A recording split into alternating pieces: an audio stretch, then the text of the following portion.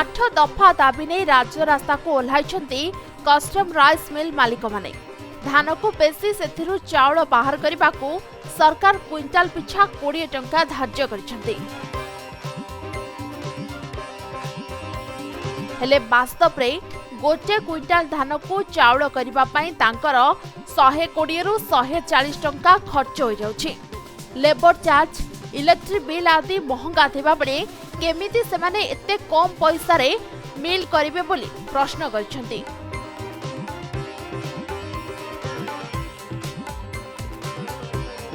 आज को 10 वर्ष है ए बाबद से स्वर उत्तोलन कर सरकार से कथा शुणुना।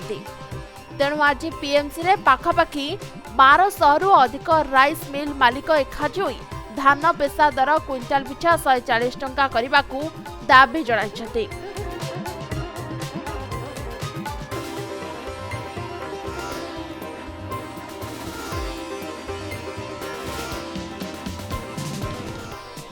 जदि आगामी दिन में सरकार दर न बढ़ाती से समूह निज निजर मिल को बंद करदेवे।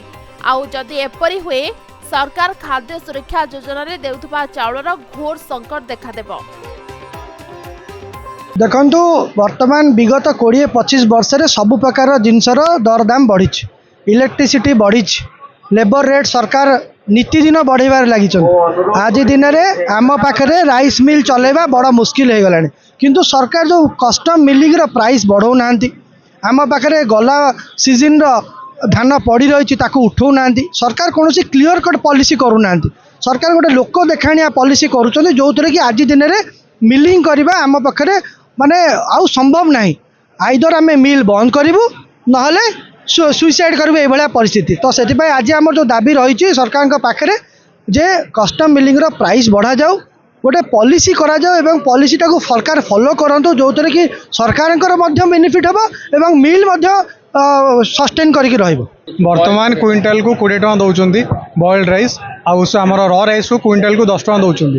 फैराज आमर पाख स्टेट छत्तीसगढ़ क्विंटाल को 140 टका दौरान।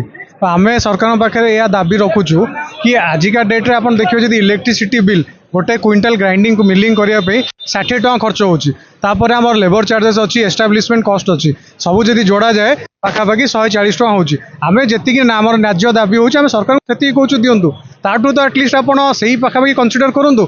आ 20 टका कौटे 140 टका कौटे आम केते दिन निज हाथ माने यूज करते दिन हाथ बंची पारू। सरकार गोटे स्पष्ट रीति आनिबा को संघर सभापति दाबी करिसेंती। भुवनेश्वर बिरंची नारायण साउंग रिपोर्ट समय लाइव।